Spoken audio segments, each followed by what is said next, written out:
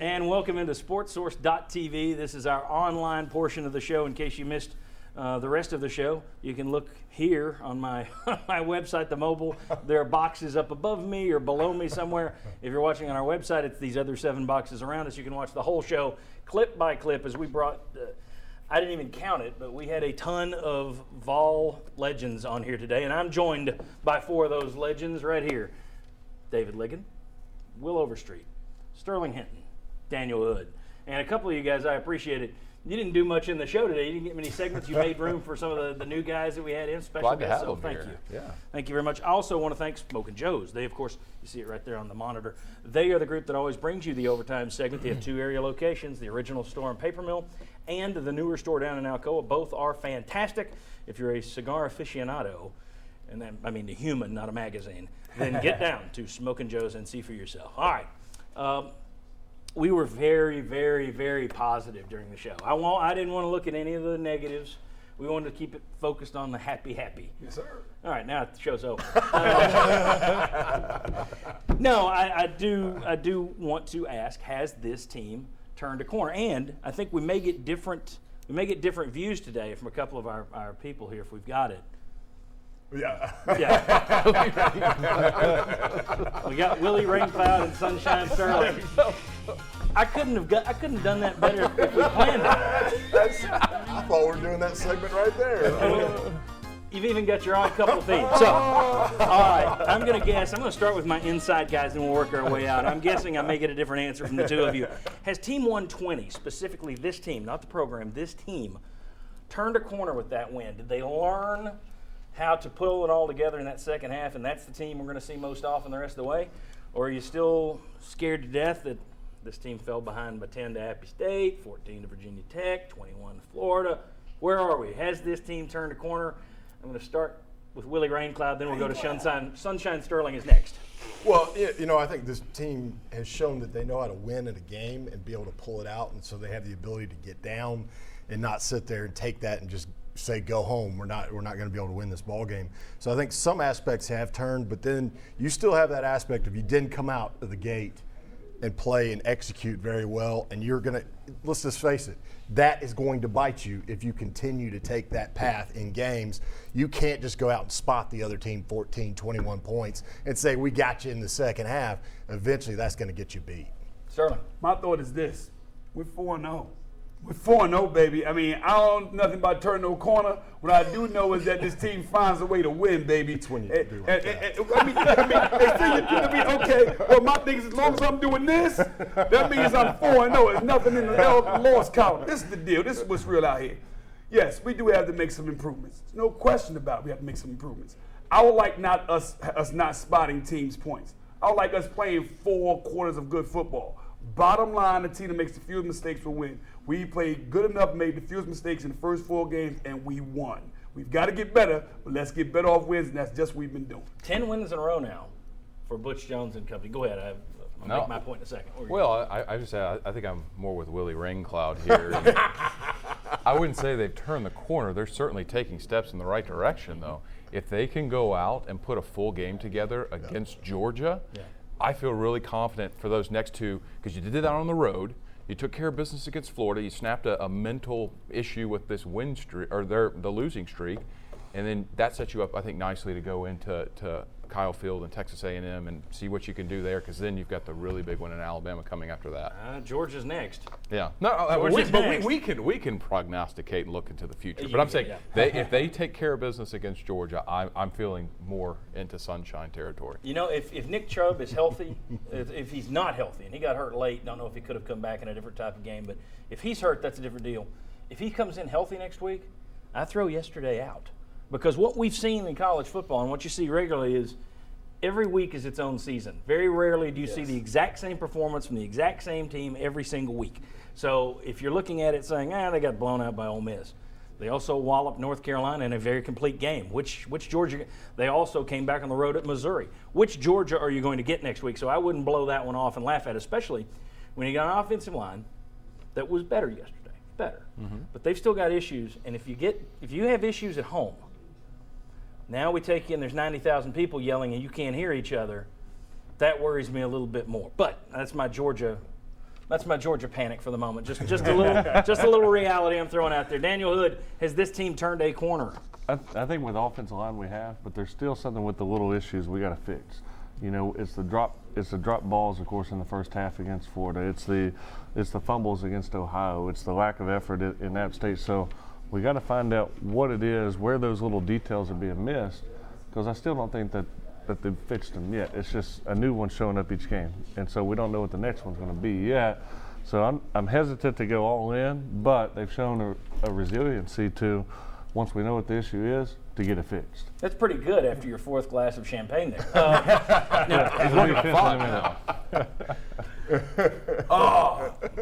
Salud.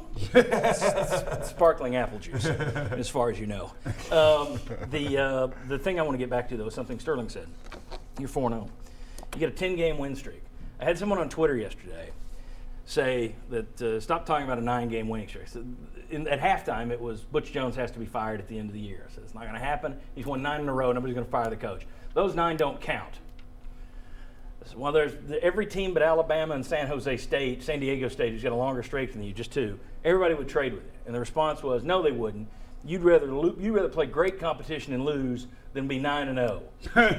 And I asked this fellow, so I assume you were overjoyed and not complaining as you competed hard with Oklahoma, Florida, and Alabama last year. Right. No response to that. Guys, you're 10-0. You've now beaten Florida, a ranked Florida team that's been your 100-pound gorilla. You also beat a ranked Northwestern team. You beat some conference foes in there who are rivals. You beat Virginia Tech in a crazy setting. Look, it's not murderer's row. You got 3 games in a row here plus Florida. They're going to be tougher than any of the 4-game stretch you've played so far. But at some point, 10 wins is 10 wins. That's almost an entire season of football where you're unbeaten. Love the opponents or not, that's saying something. I think Butch Jones and the team deserves a lot of credit for winning 10 in a row. Absolutely. I agree. Absolutely. What I like is the expectations. I think Will spoke about this early on the show. The expectations of Tennessee football are back.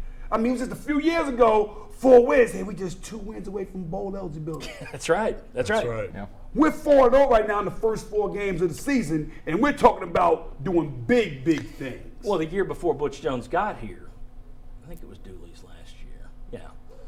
It was the last game. You're not talking about a spectacular second half or a spectacular half for Tennessee. You're talking about Vanderbilt having one of those wild routes where they just take you out of the field and whip you in the second. Vanderbilt now, where you lost double digits. They have come a long way. Oh, man. And they have preached patience, and everybody does that. There was an article in the Wall Street Journal this week acting like that was some sort of new plan. It's like, well, Tennessee decided to recruit young and play young guys and try and ask for patience. Yeah, that novel plan is what every school in the country does when they're rebuilding. But the fans have been as patient as fans can be, I think. And now I think they're getting some rewards. I think the Florida thing should count as a reward. And I would hate to see Tennessee lose next week or the week after and Florida be forgotten. I know that's how our world works. I know it will be. But I hate to see that happen because you have been building and building and building to this. You had a breakthrough. You can't ignore that breakthrough if something else goes. Now, if you finish 4-8, okay. Yeah. But one loss isn't going to cancel this out, in my view. No, and I mean, really, if you were thinking they were going to go undefeated from the very beginning, your expectations were a little bit too high. I don't think anybody's, Sunshine is thinking they're going undefeated right now. That's right. But I mean, most other people had picked out a few games that said they're probably going to be, goals 10-2 area. So, saying that if you lost one now, you said, they didn't do it. I mean, I think you go throughout this year, you see how much better this team gets. Do they get better? Can they put together a complete game? Can they get to the SEC East? Can they win the SEC East? Can they get the SEC championship game? I mean, all of those are still out there in goals you can achieve. So let's see where this team takes it. And I want to say, I want to see us be appreciative of what we're getting to watch. I mean, you're getting to watch Josh Dobbs right now, who's a spectacular player. Derek Jalen Barnett. Hurd, Derek Barnett, Alvin Kamara. It seems like, and even being in the stadium yesterday when they were booing it, a couple different times, I think we keep expecting to see maybe this high-flying offense where we're throwing for 500 yards a game and something like that, but we're not appreciating what we got and the guys that are there. And so it was a beautiful thing to watch just in terms of football yesterday and seeing those guys be able to play. And I totally agree with you on that, because I mean, what Josh Dobbs gets criticized for of not being a be all these the other things, and you continue to watch that guy play and do these great things in these games and put it on his back and take over the game, and you still have fans that go, well, he doesn't throw a good enough deep ball, and you're kind of like, that's not his game. Right. Let's get over that. Let's watch and appreciate what he is. I did love that ball he threw though to Ethan Wolf, the one where, or I think it was Wolf that had his hands just barely stretched out and barely got it going into the end zone. I was like, that's as pretty of a ball that you're going to see thrown this year, and it's just like, get the haters off your back there for a little bit. Dan, I'll close out with you. Well, what I was going to say is I'm really interested to see how this team, takes. We've seen them face adversity and come back, not just in this Florida game, but just in the past. The players have been through a lot of really bad seasons and have slowly, brick by brick, have built it up, to use Butch's phrase. How now do they handle success? This big win against Florida. You've got a team in Georgia that you're going to that just got walloped by Ole Miss. Yeah. They're going to be ready to play. How do you handle it? Do you read the press clippings all week and think you're really good, pat yourself on the back, and then go down there into a trap game? Or do you continue to build? They've been hungry for so long for success. Now they have it. Do they keep fighting for it like they haven't had it, or do they rest on their laurels? I'm scared of I don't think Butch is going to let them do that. No, but I'm scared of reading the press clippings, because I think there might have been some of that this offseason. Just judging by the performances against some of the lesser foes that you've seen on the schedule. I said before the season, we did a thing over at the Big YP board before the year, what's the toughest moment on this schedule? And I said it could be a game or it could be a week between games. And my pick was the week between Florida and Georgia, because if you lost to Florida, you got to get this team back up. Or if you beat Florida, which you did, you got to get this team back to earth and then go on the road and keep Georgia from countermanding what you just did at Florida. You want to put Georgia away, put the SEC East in your hip pocket for now, get that lead ahead of Georgia, get that tiebreaker. So I've thought all year, this week could be Butch's biggest week in terms of either getting them up or bringing them back to earth. I'm just happy that it's going to be about bringing them back to earth, because it's going to make for a happy Vol Nation for at least a week, I think. Absolutely. All right, Daniel Hood, Sterling Hinton, Will Overstreet, David Ligon, thank you all. Congratulations to you all. Especially congratulations to Sterling Hinton. I will say, I don't know, maybe Fuad, and Fuad's still here in the background. I don't know of a VFL who is more loyal. Blind at sometimes, blind loyalty at times. I don't know if there's anybody that deserves this more than you. So congratulations, Sterling. And Peter, I can think of about 100 people that deserve it more than me, and that's those guys that suited up yesterday. So I thank you for that. I'm talking about old men. I'm ancient. Good deal, guys. Thank you very much. Thanks to you. We appreciate it. Be sure to check out the rest of the clips from the show if you missed the show today. And we will see you Thursday night, 7 p.m. on Fox 43 for our kickoff Georgia preview show. And then also right back on WATE next Sunday at 11 a.m. Thank you. Enjoy it.